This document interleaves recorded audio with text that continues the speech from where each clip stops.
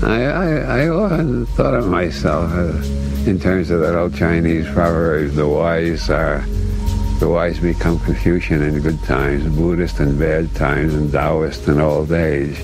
I always had a lot more sympathy for those three religions, in quotes, than for any of the Occidental ones like Judaism, Christianity, and Islam, all of which seem to me fanatical, intolerant, violence-prone. This whole Judeo-Christian monotheistic trip has been the worst nightmare this planet has ever endured. They just never stop killing one another. Meanwhile, the Confucians, the Taoists, and the Buddhists, each in their own way, have tried to create a peaceful and amicable society. And what I like in Buddhism is the basic idea of forgiveness, because nobody realizes how wonderful it is until they begin to develop some talent at actually doing it. Because the more you forgive, the less burdens you got to carry around with you. When you reach the point where you can forgive everybody, you're almost entirely free of burdens. What's important to me at this point in my life? Making really sure that I have forgiven anybody who's ever hurt me or seemed to be an enemy. Or making sure I have nothing but forgiveness for everything. Yeah, I think it's a very liberating experience to realize how little you really know and how much of the time you're just guessing. One thing that makes forgiveness easier, and believe me, life without forgiveness ain't worth living. Also, it keeps you from acting like too much of a damn fool if you're not really sure. People who are really sure all act like damn fools at least half of the time. Maybe more than that. I haven't really studied the matter that closely. I'll have to think some more about that. How often does being sure about everything make you act like a damn fool? Probably about 90% of the time, and that's what's wrong with the planet. I am now going to commit a federal crime. You want to see a federal crime committed? This is a pain pill provided by the Women's Alliance for Medical Marijuana. It keeps my legs from hurting me too much.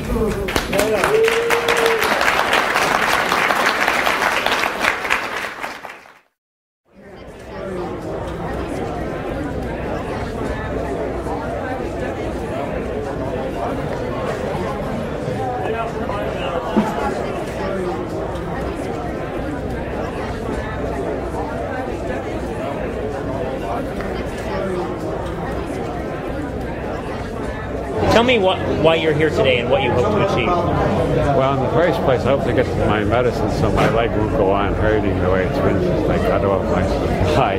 That is the most important, immediate, existential fact. I am in pain and I want medicine. The second reason I'm here is I happen to believe in states' rights. I believe in the 10th Amendment, which most people have never heard of. If you look in the back of your dictionary, you find a document called the U.S. Constitution. It has nothing to do with the way this government is operating under George Bush, but it's the way it's supposed to operate. And the 10th Amendment says all powers not delegated to the federal government are reserved to the states respectively or to the people.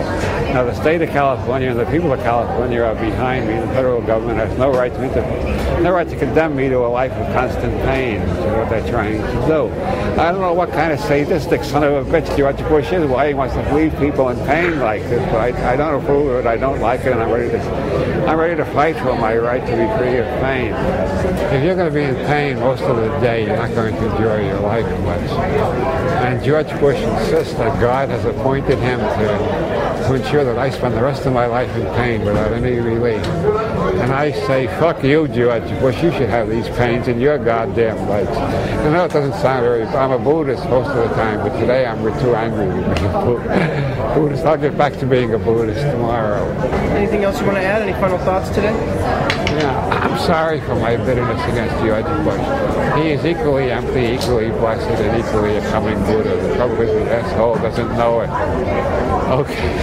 I'd like to introduce Robert Anton Wilson, 72, who has post-polio syndrome. I can speak.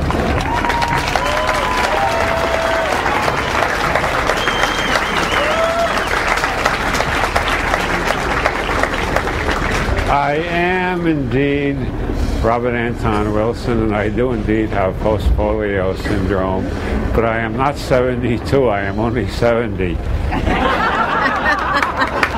And I will go get my medicine after saying I like that sign. I will pick up my medicine after saying I like it. Of all the signs out there, the one I like best is the one telling the government to read the 10th Amendment. The 10th Amendment says that all powers not delegated to the federal government are reserved to the states respectively or to the people. Nowhere does it say that a goddamn czar will be in charge of my medical care and interfere between me and my doctor. Anybody in Philadelphia in the 18th century suggested putting something like that in the Constitution would have been considered a raving lunatic. This Constitution was not created to establish a czarist tyranny. It was established to create a free society.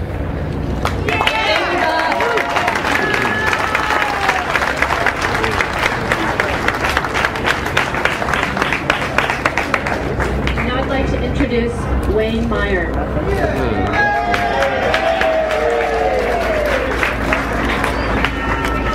My name is Wayne Meyer. I've been HIV positive 18 years, and I've had AIDS for 8 years. I think my writing comes out of anger and optimism. Anger at the stupid, maniacal, or corrupt crowd that's running the world at present, and optimistic about the opportunities that are so real. This, as I say, is the result of my outrage, my horror, my grief, and my anger at the way the world has been going lately, and my continued optimism that maybe enough people can wake up on time to change the direction we're going in. So I got both optimism and anger, which I think is a good mixture. It keeps me busy anyway. I have a lot of hope. I may be the last optimist left on the planet for all I know. But at the same time, I see really terrible problems and injustices and violence all over the place. I just think we're heading for a point at which that will no longer be viable. Somehow we're going to have to find a more decent form of society if we're going to survive at all. You can only write about what has impinged upon your nervous system strongly enough to leave a powerful imprint. And when I was 12 years old, they opened the Nazi annihilation camps. I think that's a very vulnerable age for imprints. I grew up feeling I was living in a race of monsters. And I've lived all through the Cold War, the Vietnam War, and a lot of other tragedies, personal and otherwise. And I can't write fiction without violence in it, because violence is so much part of the world I've lived in. It's obvious they're getting closer and closer to the edge where they can cure anything. Meanwhile, the world is moving closer and closer to the edge where they can kill us all. It's very interesting. Science is going in one direction and the politics is going in the other. I'm still an optimist. I think eventually people give up doing stupid things. It's like walking into a wall over and over. Eventually you start looking for the door and you do something intelligent. The human race has to do something intelligent in the next 10 to 20 years, and it just can't go on screwing up everything.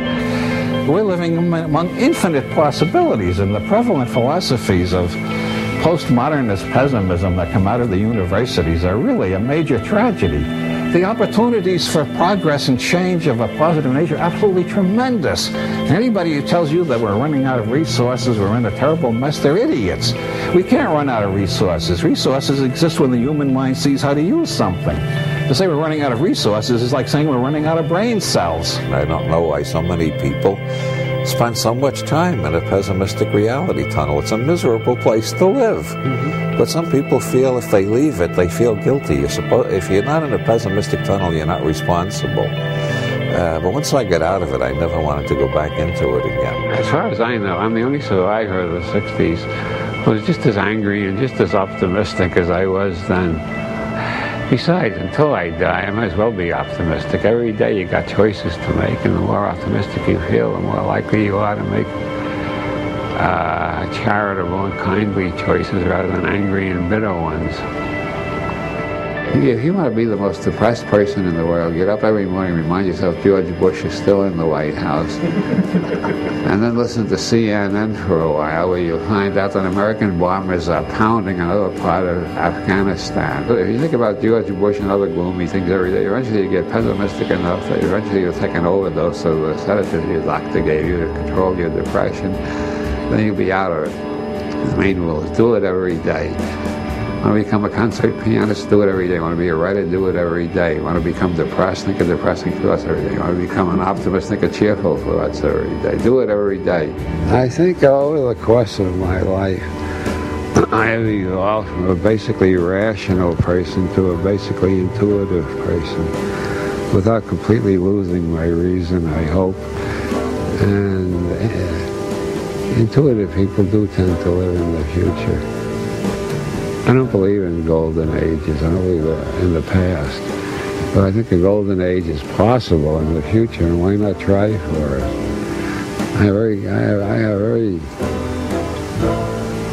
I think Bernard Shaw calls it the life force. I got this tremendous drive to try to do what I can to add my contribution to making a much better future than the history of humanity has been up until the present.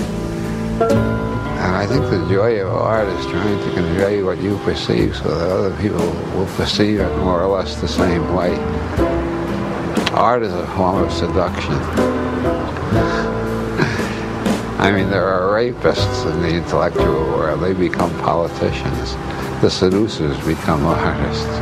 We try to seduce people into our reality tunnel instead of leading them there with a gun. But we are trying to get them into our reality tunnel or our reality labyrinth, or whichever it is. In my case, it's a reality labyrinth.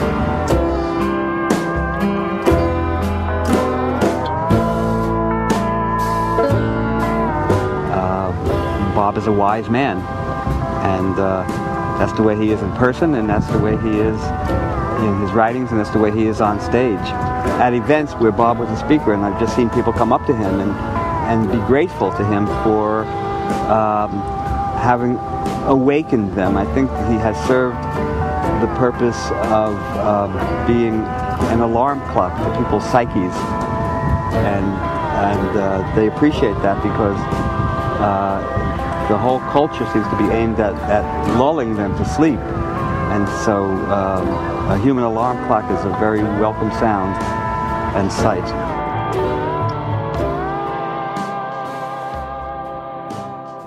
When I call the universe infinite, I do not assume it is infinite in space-time, but it has infinite aspects, which means that anybody who looks at it will see something different than anybody else who looks at it. And if you come back a day later and look at it again, it will still be different. William Blake said that you could see infinity in a grain of sand, and you can if you're open enough. Everything that gets into your brain affects your reality tunnel, your worldview, or your belief system, which I abbreviate BS. The three major things I've been trying to teach in all of my books is never believe fully in anybody else's BS. I don't care if it's Rajneesh, the Pope, L. Ron Hubbard, George Bush, or I don't care who it is. Don't swallow all their belief system totally. Don't accept all of their bullshit, all their BS. The second rule is like unto the first. Don't believe totally in your own BS, which means that, as Bucky Fuller said, the universe consists of none